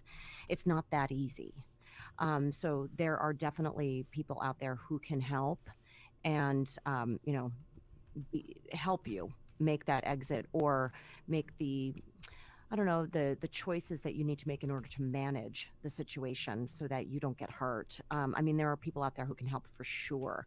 So it's not this simple, just get out of it, in some cases. And that's the thing that's so tough about it, and why these relationships are so toxic. You know, it's like, it's not a snap of the fingers. You can't just be like, see you later, which I wish that were the case. It was that easy. And not only having children or being financially involved with someone, sometimes a person, like, take me for instance, the reason I stayed with my abusive ex was because I was insecure, and because I felt like no one would ever love me. And so I found someone who I thought loved me, and I stuck it out despite everything they did to me. And the reason I felt like that is because growing up, I felt like I was not loved, because my mom gave my two younger siblings more attention than me, and she would just ignore me, and I was alone a lot. So when I found someone who Luca, I'm just like, wow, you're so self-aware. Yes, I try really hard to be aware of myself, because I was in that situation, in that relationship. I have to take it upon myself to be very careful when it comes to other relationships I in, whether it's a friendship or an actual relationship, because after that abusive relationship, I shut down emotionally, and it's like the trauma of the situation, my brain couldn't handle it, and I shut down, and I couldn't feel anything for years. And then I started dating my ex, and I went to therapy for them, because I was like, to my therapist, I'm like, I don't love the person I'm dating. I don't feel anything towards them. How do I fix this? And that opened up a huge floodgate of problems where I started feeling things again. But since I had never dealt with that trauma, it bled into my relationship, and I basically ruined my own relationship because I was still dealing with everything that happened with my abusive ex. So, you know, ever since then, I've been more, I actively try to be self-aware of what I'm saying and what I'm doing. And if I'm upset about something, what I'm actually upset about. Like if I'm taking something out on someone, if it's something else is going on in the background and I'm just using it as a way to like feel in control and deflect. You know, you make such a good point, Luca, about the healing that needs to happen afterwards that I think a lot of people don't recognize. It's like PTSD. It really is. It's like a real trauma when somebody comes out of an abusive relationship and they will shut down to protect themselves. And it's something that really you should get somebody to talk to and to help you through that, because it's going to take some time to be in a place where you're willing to open your heart again and to make the right choice, to trust your own instincts about who you're choosing to open your heart to, and how to do that safely, you know. And a lot of times, I mean, this has been my mistake. I'll admit something and be vulnerable here too, is that I tend to just jump in with an open heart. And so I tend to not take time to really get to know somebody's background and what they come from. And then I get caught up and I'm like, oh shit. Yeah. I did see that red flag, but I blew it off. You know what I mean? Because I was just like, yay, love. You know? And so you have to go through it.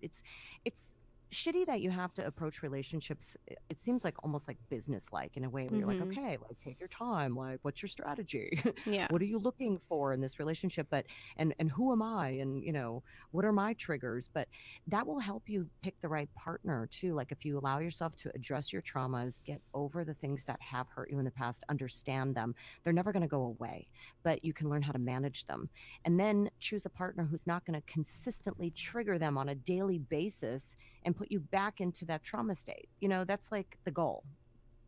Yeah, it's important. Like self-love really has a huge importance in your life. Like you need to love yourself before you can love anyone else. And when you have suffered through abuse, your self-love, your self-worth, it disappears, because you're being told so often how horrible you are, or how how worthless you are. And in time, if you hear it enough times, you start to believe it. And unfortunately, after you do escape from that, you have to work. You can't escape from one situation and then like just be thrown into another. Like you need to have that time to sort of work on yourself and get over the fact that that just happened. It is a traumatic experience. You wouldn't suggest to anyone else that they go from one traumatic experience to another, you know. People, sometimes we are people. It happens. It does. Yeah. Patterns. They do. Like we were talking offline about how a lot of people, like, they don't look at their role that they play. Like, why am I attracting this abuse into my life? You know what I mean? Like, why am I pulling this in? Why am I an open target for an abuser like this? Yeah. And so to look at it from that perspective too, so that you don't keep making those same patterns in your own life and keep choosing partners who abuse the crap out of you, emotionally, verbally, mentally, or physically, which is the worst, but they're all bad. They're all traumatic. Yeah. And so it's like, if you look at yourself and you're like, okay, what's my issue? Well, mine has been that I try to fix people. I love to see people make improvements. I love to see people get better. I like to see people be their best version of themselves. And if I see Mm-hmm. somebody fucking up, then I'm like, okay, I'm gonna tell them, that this is going on, and see what they do and see if they change their behavior. And it's like that's kind of selfish in its own right, and so like I have to look at that in myself. Like I have a tendency to do that, and that's why I'm like an open target because they Mm-hmm. smell it.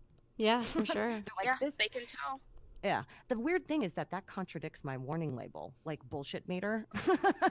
Yeah, Because it's so interesting, right? yeah. Because you know that you yourself wouldn't allow someone to, come and say something or do something that's like overstepping or whatever. But then when it comes to someone that you feel like you may be falling in love with or that you may be interested in, it's like, oh, so different. Your Mhm. eyes are just like blind Yeah. sometimes. Or if it's a family member, Oh, yes. or a really close friend Yeah. who consistently does like covert abuse, like subtle abusive things, like manipulates you, like gets I had a friend who used to get so mad at me because I didn't call her, when she expected me to call her, or Mm-hmm. I forgot her birthday one year and I didn't send her a card, and I had sent her a card every time, and I forgot Hmm. one year, like shit was going on, and like she flipped out. And it's Mm-hmm. like that's the kind of stuff where it's like, what the heck? Like, I care about this person. And so you try to fix it. You try to make it good again Yeah. instead of just being like, oh, fuck off. For sure. Some people, you don't need some people in your lives. Friends, there are also those kind of friends that try and control you too. They don't want you to speak to other people. They don't want you to have more than one friend. And that's something that behavior is in itself abusive. I mean, if you are holding someone back and you are selfish and want them only for yourself, that's not healthy. And unhealthy Hmm. relationships, you might not notice it and it might not be something that you realize right away, but over time they do affect you. And if you constantly, let's say for example you have this friend that never wants you to have any other friends, they're isolating you so Yep. that when something does happen to you, they're the only person that you come to because you feel like this is your only friend, when in turn, if you think about it, they're stopping you from having another friendship. And why? We have to think about like these things, like why would someone want you to not have other friends? And so you think like, if I'm isolated, that means that this person basically has control over my decisions. Oh, Who yeah. Your friends, you go to your friends for advice you You know know what? I've absolutely dated men in the past mm-hmm. who have been like I'll be like, "Hey, I'm gonna go out with my girls." I'm like, "Well, who's gonna be there?" "Well, why are you what?" "Oh, well then good. Well then I'm gonna go out and do Mm-hmm. this." Oh And then it's yeah. almost like a threat, like I was just gonna go and hang out and have a meal with some girls that I know, but you're gonna take it to the next level and threaten me that you're gonna go out and do something bad Mm-hmm. with your guys. Do you know what I Mm-hmm. mean? Which in Like, turn makes you not not want to go necessary. anymore.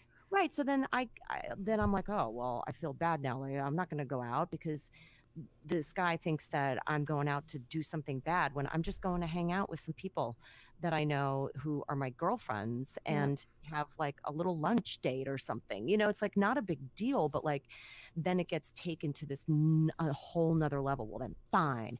I'm gonna go out, and then I'll just talk to you tomorrow." Yeah. Like, that kinda thing. You're like, Yeah. "What?" Yeah.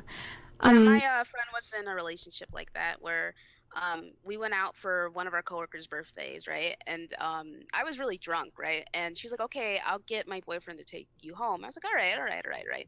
But before we got in the car, she was like, "Okay, you can't tell him that there are guys here. You can't tell him that I Oh, drank. You can't tell him um like anything." And I was like, "Okay, yeah. okay." And When somebody says yeah, that, you know that's that they're in a controlling, abusive relationship. yeah, and she's not with the guy anymore because he like cursed out her child and was like, "Oh, your kid's like a fucking asshole." And she was like, my son's more important than this relationship." Bye. Wow. You know? But I was telling her, I was like, "Well, yeah, like it was concerning when you told me I couldn't basically tell him anything about what we were doing, even though we weren't doing anything, you know? Like Yeah. Yeah. you got like I it's been 7 years since my abusive relationship, and it still affects me to this day. And I being able to I mean, it sucks, but being able to spot that kind of behavior and like avoid it has helped me a lot, because there's been a lot of people who've tried bullshit on me, and since I'm so guarded now and since I know what to look for, I'm like, no, take it somewhere else, you know. Yeah. Yeah. It's tough. I It's a really tough feel, thing. yeah, I dealt with so when I was younger, my dad was in and out of my life, and there was a time where he wasn't around much at all unless my mom, yelled at him to come by. And so my mom mostly raised me and my two sisters, and at the time she didn't realize, I mean, I don't think anyone realized that she was abusive toward us. And the thing is about it is that the reason why she wasn't aware of it, or anyone else in the family was aware of it, is because that's how she was raised. She believed that this is the only way she can, raise us in order for us to be, you know, responsible adults. And so she would use tactics that her father used. And meanwhile, she knew and was aware that her father was abusive because he was an alcoholic and he did hit them, and he hit his wife, my mom's mom. And so she knew that he was, but she didn't realize that she was doing the same things. A spanking back in the day was thought of as something that, we do to raise our children the right way. But now they are aware, and they're saying, that you can't spank children, especially with like a belt or a hanger or God. yeah, Think about that. or a shoe, or things like that. It's not something that's acceptable now, but before it was kind of. And Yeah, my mom especially had to go through an entire thing where they actually called Child Protective Services on her, and she had to take classes in order to be more self-aware. And I mean, this is all, she's better for it now. She was ignorant at the time, and now she knows and she's aware. And with my little brother, she's definitely different. It's just something that happens because, like I said before, hurt people hurt people. And that in turn led me to have some issues now. Of course. You know, I know it's something that's prevalent in like Black and Latino families, the physical punishment, especially in Black families. I remember this one time, like, okay, listen, my mom is like somewhere around the corner, but she like hit me with the belt so hard or whatever that my legs like swelled up and I couldn't put like jeans on for a few days. Wow. It's like, and there was a time where I like, and this was like a few years ago, so it's like she had stopped hitting me when I was like maybe 12 or something, right? Where she like raised her hand to like get something, and I flinched because I had flashbacks to her hitting me. Like, that shit sticks with you, dude. Yeah. You know what? I have I am not Black or Latina, but I'm definitely white. but I also came from like a highly charged environment growing up. My dad cheated on my mom and like abandoned the family, and like there was just so much anger and tension and struggle and like no money, and like, you know what I mean? There's just like a lot of tension. And I was definitely spanked and definitely whacked a couple of times. I know a lot of people who were, because that was thought of as being an acceptable form of, disciplining back in the day. But I remember very clearly when I was in my teenage years, one time, my mom getting like up close to me, like she was gonna like start with me. And I remember I was sitting down and she was standing next to me, and I stood up and I went face to face with her, like, don't fuck with me. And after that, she never did that ever again. So I think that happens with a lot of families too, where it's like, think about the boy who was constantly, given the belt. And then there's that one day when he just finally stands up and is like, I'm not going to take this anymore. Yeah. And it's like, so, and then that again, we'll tie it back to our conversation, that bleeds into your relationships where you're like, you're not going to take it. You're not going to take it. Yeah. It's heavy. It's so heavy. Ugh. Definitely heavy. This is our serious topic, guys. So if you are having trouble, definitely fast forward at any point. We're not here to talk about this to upset you. We're here to talk about this to help one another. Yes. Talking about it helps a lot. Yeah, talking about it it's good to talk about these things, because if you try to hold it in, it bleeds into your other relationships and friendships, and you'll do something without even realizing you're doing it, and you're like, oh, okay. Yeah. Again, that self-awareness, like, where do you come from? What did you experience, and how is that making you behave? Yeah. I realize now too that everything that's happened when I was younger is definitely it has affected me, because I'm an angry person, and I quickly get frustrated, and I quickly use my voice and raise my voice in order to get my point across. And this is something that I realized that is from my upbringing. My mom is the same way. And when I was younger, I didn't know how else to express myself other than anger.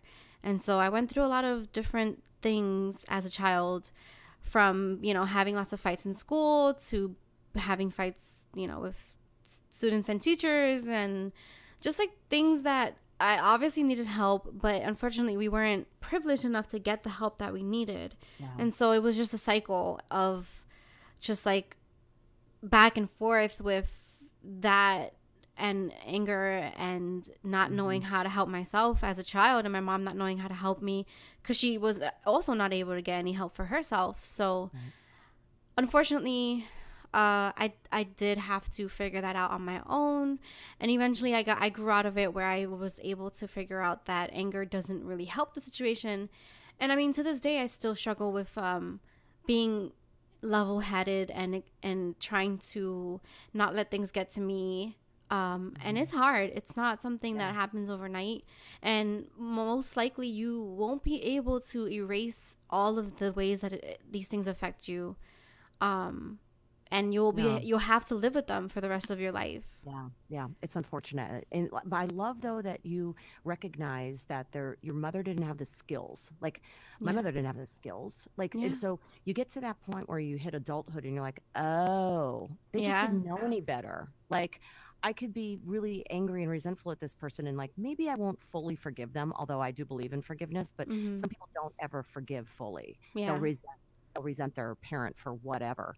But you can at least have understanding around it and be like, okay, I understand that they didn't know any better, and I was affected by this, but I have the power to make my own choices, and I can change myself and be aware of this tendency that was handed to me that I did not fucking ask for. Yeah. You know what I mean?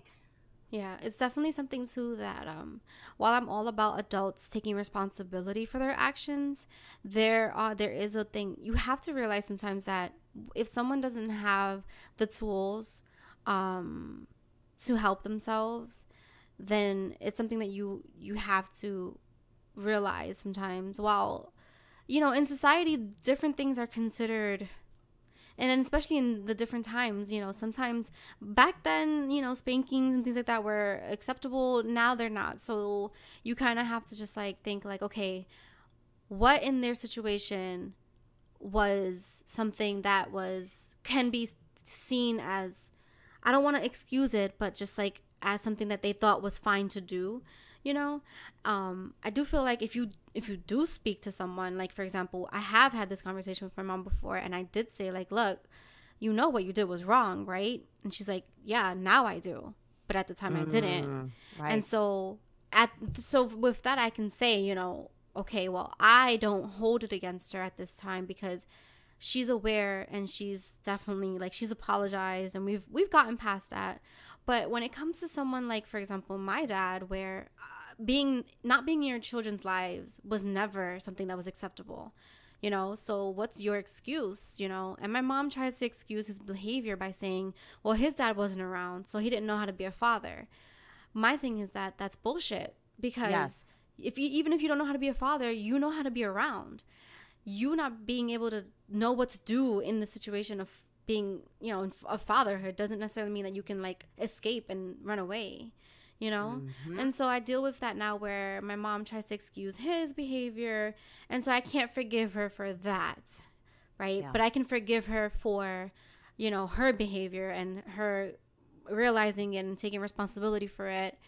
But there's so many like different aspects of things where you because this happened, I have this issue, and now I have to deal with this issue and fucking work on myself because of the things that happened when I was younger. You know, like I do have issues because of my dad leaving, and unfortunately, like it comes through in my relationships. Sure. And I feel you 100% on that because I have the same exact issue. I think this is why we all came together. Yes. I swear, I Yeah. feel it. I'm like, what? It's so funny how we all have the same like father issue. Yeah, Yep. and I've been lucky enough to have not been in an abusive relationship, romantic relationship.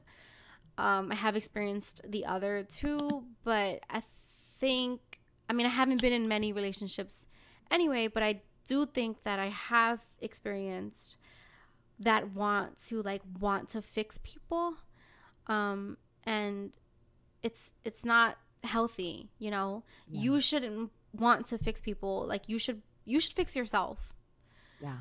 Or just find somebody who's in the same headspace as you are. Right. Already. And they should fix themselves. Like you, if you spend your energy and time trying to fix someone else, how much energy and time is being put into the relationship? Because or into you. Yeah. Because I set aside my life for other people. Like I just stopped doing things that I'm passionate about to put all my time into somebody else, and it's like eventually you're going to resent them for that. Exactly. Yep. Exactly. How does that end? You know.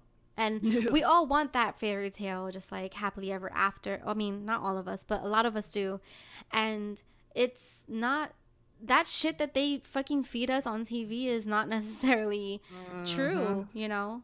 I try and tell myself over and over, don't look at other people's lives and try and do the same things that they're doing and expect the same results that they've gotten, because it's your life is different. You're a different person, and you shouldn't hold yourself to those standards.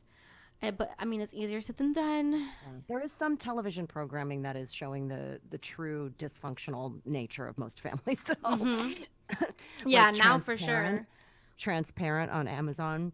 Yeah, I heard of that. Oh yeah. It's like really well written, and it's highly dysfunctional. Like the whole family's dysfunctional, all of them.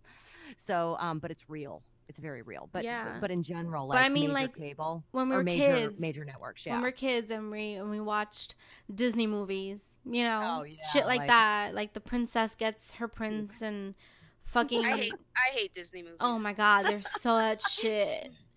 Like, I've always hated them. When I was growing up, I just had an issue with so many of them, and I couldn't put my finger on it. But like Beauty and the Beast, I fucking hate that movie. That Stockholm Syndrome, though, like I didn't even know what that was when I was younger. And I was like, there's something about this relationship that I do not like. Yeah. So I don't, and it's like it affects my ability to watch these kids movies now because I just don't want to. I'm like, I'm not watching that. I'm with you. Oh my god, for sure. I'm with you. Like I'm not watching that. Yeah. Wow, I thought it was just me. So this makes me feel good. Like I'm not alone. Yeah, see, so we call this podcast our little therapy session. We definitely it's really amazing to be able to find like-minded people and to be able to talk about, you know, things that we've been through. And so our listeners, if you are someone who's also been through the same, definitely let us know in the comments below. If this has touched you, if this has helped you, we want to know. And if you do, again, need help, we are putting the information in the info bar below. So reach out to someone if you need someone to talk to, because it's really important to take care of yourself. Yeah. Some of these relationships end fatally, and we don't want that for anyone. Yeah. So 100%. if anyone else, does anyone else have anything else to say about this topic, or are we good? I think we've said a lot. Yeah. I do. I agree. Okay, so let's move on to our next topic. This is Fuck That Shit, where we tell you the things that we are super annoyed with from this week. All right, let's see. Michelle, what is your Fuck That Shit for this week?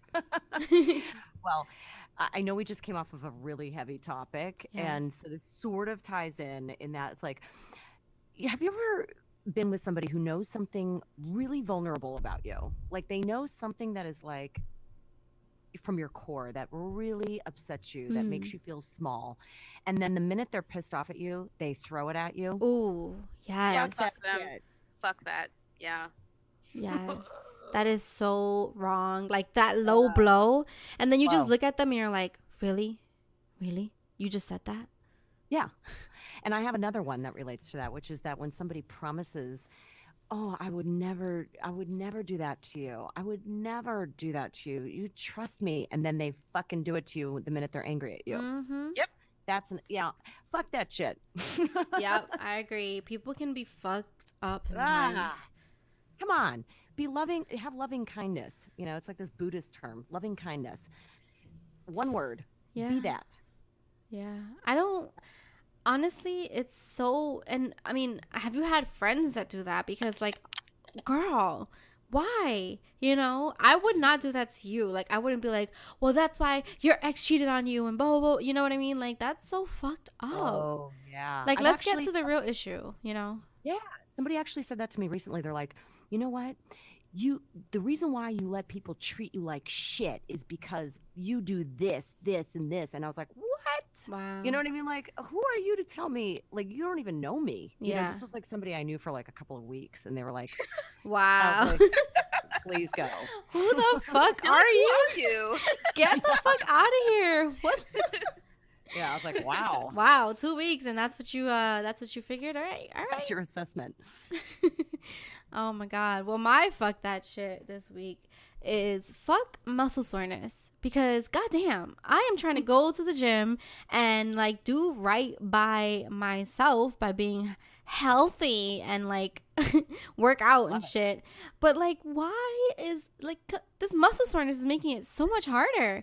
Like, Stretch. all I want to do is lay in my bed and just go, but no. Light stretches. Light Yeah. stretches. Yeah. Bengay. I do Epsom salt baths. That helps. There you go.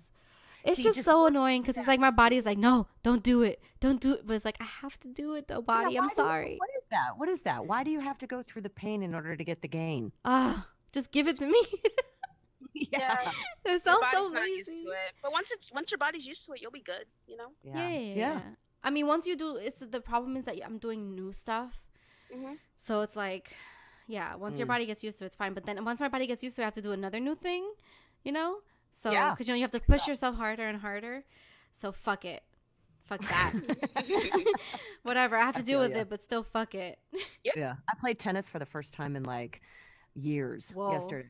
That's And like awesome. my back hurts and my knees hurt and like my calves like my forearm hurts from gripping the I'm like, what? What is this? What is this? Yeah. Body, what are you doing to me? Fuck that shit. For sure. What about you, Luca? What's your FTS? All right, so this was a bad week in general for me. I was like, I don't know what the fuck was going on, but I was just depressed all week, and it doesn't flare up very often because I'm on medication, but like it was a bad week in general. But I was I went downstairs. I just wanted some eggs, okay, because I had skipped breakfast because I woke up late, and there's this guy who works at my he works at the company that my company is renting out space from. So I don't really have any reason to talk to this guy, you know, but he talks to me. And the thing is, this guy's like a middle-aged guy who's married with kids. We don't work in the same company. What does he want from me, you know? And I know what he wants from me. There's only one thing that he could want from me. So, like, he's been like talking to me for the past year, right? And I'm always like, I always try to be polite and just avoid him. He's said some weird things to me a couple of times. Like, he's come up to me while I was like waiting for someone because I was like training, and he's like, "Hey, do you want to come see the wood chipper we have out back?" I'm like, "Fam, What? we are Wow. not doing this. We're not doing any of this." And people think I'm Okay, overreacting. Zoid. They think I'm overreacting, but I know I'm not. But like, he came up to me, like, it was either Wednesday or Thursday. He came up to me and he got like super close to me, like he was touching me basically, while I was on my phone.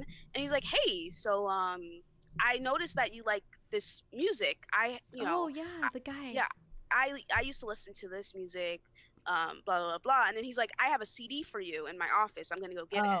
Like, and he didn't ask me if I wanted to see the CD or if I was interested or You anything. don't know what a CD is. Like, I'm too young to know what that is. But yeah, he goes to his office and he brings me back the CD, and I'm like frozen because I'm already like feeling depressed, and it's like this guy just like came out of nowhere, and I felt like I couldn't say anything because part of my job is to be like nice and polite, so I can't like, you know, be a huge bitch about that. So he gives me the CD and I just feel like shit basically, because it's like, wow, he basically gave me something I don't want. He didn't even ask me how I felt about it. So I was feeling bad about it most of the morning, and I ended up picking a fight with one of my friends, and like during the fight I had to like stop myself and DM him and be like, hey, I am upset because of something and I'm taking it out on you, and I am letting you know that I'm taking it out on you, and I'm sorry because I realize what I'm doing is wrong. And he was a good guy, and he stayed and he talked to me about it, and he related to me, and he was like, yeah, that guy's a creep. And it made me feel better because it's like I've been saying this to everyone basically. I'm like, this guy does this and he does this to me, and everyone thinks I'm overreacting. They're like, well, he's probably just being nice. I think you're overreacting. And I'm like, no, I'm like, there's something creepy about him. No, you have that women's instinct. We all have it, and I have watched it happen before my very eyes. This creepy, douchebaggy kind of approach that some men do, and like they'll get in really close and talk to somebody really close in their face, or like they'll flirt with, they'll stare, like whatever. Creeps. Yeah. You know, yeah, they're like, he's like, ugh.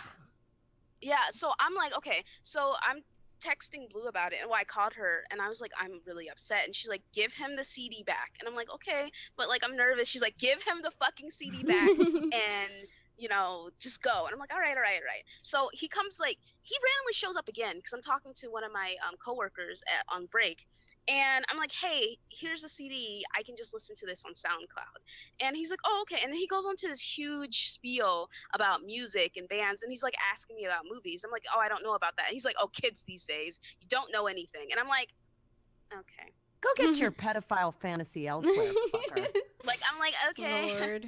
Like, all right. Seriously. And then like after he leaves, I turn to my friend, I'm like, did you not see that? She's like, oh, he seems nice. I'm like, okay, well, I don't know why I'm asking you. Her like sense of danger does not exist. Oh, a lot of people's don't. Yeah, she puts herself in these situations all the time. That's got me side-eyeing her, where most of the time I'm like, hey, I hope you make it home okay, because I'm pretty sure you're going to end up putting yourself in a situation that you don't want to be in. Like, I'm like, weren't you just in a house where they were doing cocaine and heroin out in the open a month ago? She's like, oh yeah. And I'm like, girl. Like, all right, so like, you know what, fuck that shit. Please leave me alone. You know what? Yeah, and you know what? Trust your instincts. I am so behind you on this, like 100%. I've been in the same situation myself, and I've also dated people who do it in front of me, and I'm just like, what? Yeah. What? You know what I mean? Like, no, not okay. And if you think it's creepy, it is. I don't care if other people think that person's charming, because that ties back to the discussion about narcissists and abusive people. They will sometimes do that purposely just to irritate you. Yeah. Too. And to see what kind of reaction they'll get. Yeah. Assholes. Yeah. And it's like, you know, like when I first started talking, I was like, oh, he's kind of cute. But then I found out he was married with kids. I was like, no. Yeah. They're always charming. They'll always be charming to all the people around you. Everybody will think that they're the nicest person on the planet. Nobody will believe you when you say how much of an asshole they are. But girl, what did I tell you? I said, hey, the next time he comes around and he starts spewing some shit, say something like, hey, that offends me. Or be like, listen, as a feminist, I believe. And I'm telling you, he'll be like, as a SJW, as a black woman, I believe that. So this way he'll be like, oh shit, never mind. I can't say that though. What do I have? You have to be like, as a strong woman, I believe that men like you. Yeah. Because then they'll be like, oh my God, no. Like, his wife is black. So I'm like, okay. I see what this is, jungle fever over here, sir. Like, you know, God. like, so, You Yeah. know, so I just wish he would leave me alone. Like I turned to my coworker. I'm like, you have to come downstairs with me from now on when I want to get breakfast. And she's like, I'm like, please, I don't want to be because I only see him in certain areas, you know. So I just have to avoid his company areas now because of this shit. Just like Bot says, like, you should ask him how his wife feels about that CD. Yeah, just be like, so how's your wife today? Oh, what does your wife think about that? Oh, what about your wife? Just like make him feel super uncomfortable the way he makes you feel uncomfortable, and eventually he won't come around. I love it. Yeah, or just don't give him any energy at all. Just like kind of be like, yeah, hey, what's up? Yeah, like Blue was saying that I can be polite, but I don't have to be nice. And I'm yeah, like, okay. exactly. That's what we were talking about, because we were saying how, I mean, I asked, like, why do you feel like you have to be nice to everyone? And she's like, well, I'm at work. And I'm like, yeah, but it doesn't matter. As long as you're polite, you don't have to be nice. And there's a difference, right? Because being nice is more just like, hey, Bob, how are you? What's going on? And being polite is, good morning, Bob. That is all. Or just good morning. That's it. Like, you don't even have to give them importance by saying their names, you know? Like, there's a difference. Agreed. And I think that there's like some guys out there who like they just get used to like women being totally sweet and all kind and stuff. You know what I mean? Yeah. Like especially if they're like wait staff, because they get tips. So of course they're going to be cute and sweet. But like when you're at work, you do not need to be. You can be cordial, but you don't need to be like that. Yeah. Well, I'm trying to find a balance because, like I said, being nice is 100% part of my job. So I'm like extra nice, and people I work with, they all appreciate it and they all like me, and I just need to learn how to like turn it down a notch when I'm interacting with the other company. So maybe he'll get a job elsewhere. You know? I was like telling Blue, I'm gonna move countries basically to avoid this guy. You'll be entering a whole nother set of problems, depending on where you go. Yeah, I don't like that guy. So that's that. Yeah. I mean, I support your. It makes me feel better knowing, like, listen, I don't need someone to agree with me about things, but if I say something, I'm like, I don't like this, or I don't like this person doing this, and you don't agree with me, I'm gonna be like, all right, but I'm not gonna change how I feel about this person. You're not gonna gaslight me, okay? Like, if I have a feeling about someone or something's off, I will say, I'm not comfortable with that person. If you don't believe me or understand how I feel, that's fine, but I know I feel this way for a reason. I have good instincts when it comes to people. Yes. Yeah. So trust them. Yes. Trust them. Don't let anyone tell you that you are wrong, and then eventually you feel like, oh my God, I was right the whole time, you know? Yeah. I'm usually just like, okay, you don't believe me, just fucking wait till he does something, and then I can be like, ha! I told you. Yeah. Just don't let it be you. I love the passion in this conversation we've had. Yes. For sure. Me and Blue are very passionate. Yeah. I love it. I'm so glad that you ladies found me. I'm so glad that you're here. Thank you so much for agreeing to be on. Heck yeah. I think it's important for these types of things to be talked about, you know? And a lot of people don't want to talk about these kinds of things. Oh, for sure. Brush stuff under the rug and whatever. And so I think it's good. And hopefully there are people who are going to get really helped by this. Yeah, for sure.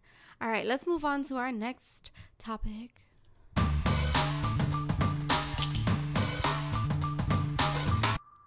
This is, but why though? Where we tell you our silly stories, or sometimes not so silly, but still just like, why, people? Why? I'll go first. So this actually happened yesterday, which is quite interesting because I replaced something because I was just like, this is ridiculous. But I'm walking past the basketball court, and before I can see the game, I hear a whistle. So I knew it was like a serious game. It was a whistle of a referee. And I was like, all right, cool. That's a competitive game. That's cool. And then I hear a deep voice screaming about the game out the top of his lungs. It's just like, ah! I'm like, oh, okay. Well, this must be like a high school team, or maybe even like, you know, something pretty big.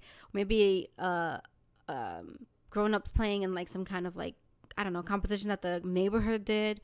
Something cool. So I'm like looking forward to seeing the game as I'm passing by. Nope.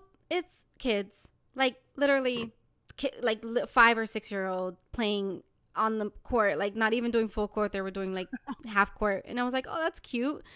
But then I'm like, wait, this grown man with no shirt on is on the court screaming at the top of his lungs at the kids playing this game. And I'm just like, what the fuck? Ew. And then the ref is like whistling, like whistle, whistle, whistle. And he's just like, get off the paint, get off the paint. And he's like threatening to kick him out of the, it's a schoolyard, mind you. And I'm just like, this guy is, are you serious? It's a kid's game. What the fuck are you doing? And so I'm just thinking, I love the detail of his shirt being off. Oh my God, he had no shirt on. I'm just like, dude, like, is this like the testosterone, like, going on here that he's just like, what are you doing? Catch the ball, play D. And I'm just like, dude, these kids are like 6 years old. Like, let them have fun. Like, but why though? Like, why are you screaming at little kids? And then I'm just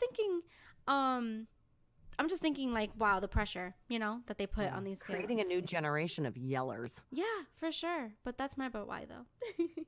All right. Yeah, but why? Yeah, for sure. But why? You guys take it away. Luca? All right.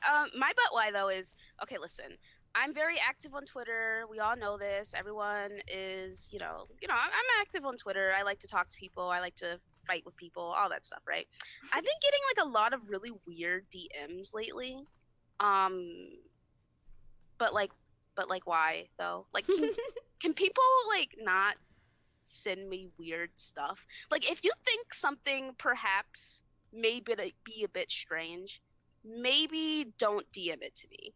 Like, maybe, like, or if you, like, want to joke around and have fun and stuff, and I'm not, like, super duper close with you, send it to me in a tweet, Like, because if you send it to me in a DM, it just makes me be like, what the fuck is this? And I've gotten, like, messages from a couple people where I'm like, you're being weird. Like, this is weird. You're being creepy. Can you stop? And I'm like, I don't understand why people feel the need to say this. You're weird like a creep magnet. I am. I don't know what it is. I'm like, what the fuck? So like, I'm just kind of like, stop. Listen, stop sending me weird shit in DMs. Okay, we can have regular conversations. It's fine. But like, if we are acquaintances and we're chill, like we're just chill on Twitter and we're not super close, don't send me weird shit, please. Much appreciated. Just but think about what you're sending. Yeah, think about what you're sending before you send it. Think about if someone else was sending the thing that you're about to send and they sent it to you, and just be like, all right, perhaps I should not send this. Luca, we're gonna get you a T-shirt that says "Creeps Be Gone." I love it.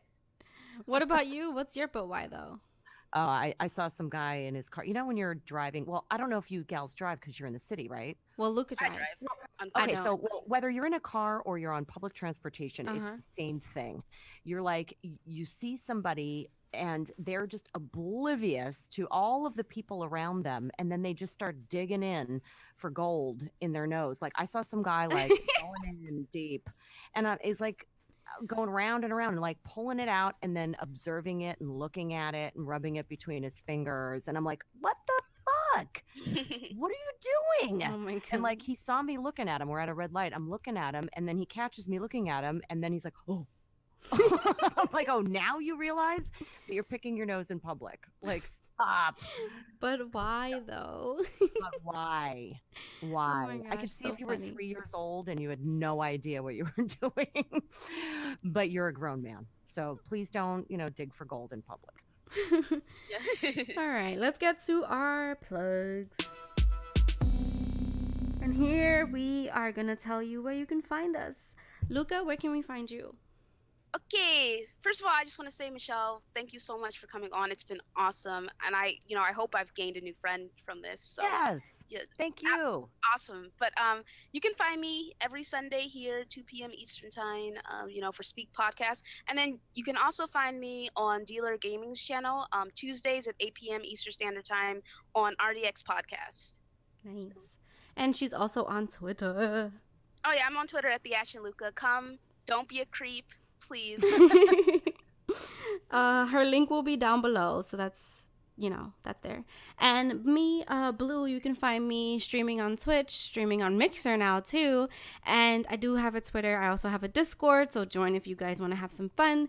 And yeah, I mean, I'm all over the place, so you'll find me, guys. Where can we find you, Michelle? Making it happen, and I love it. Thank you for having me, to both of you. You can find me at ladyfoxentertainment.com. I have my podcast, Nothing Off Limits, which covers some less conventional topics on there as well. It's pre-recorded and it releases every Sunday at 5 o'clock Pacific. And you can find it on iTunes, Google Play, Stitcher. And you can find me on Twitter at LadyFoxOfficial or on Instagram, ladyfox.entertainment. And thank you again. This has been so much fun. Thank you so much for coming. We really appreciate you. And I mean, this was amazing. Awesome. This was an amazing show. I'm so excited. Stay in touch, please, and do it again. You'll have to come on my show. Yes, definitely. Yes, for sure. Oh my gosh, for sure. All right, guys, we will see you next week. Bye. Bye. Bye.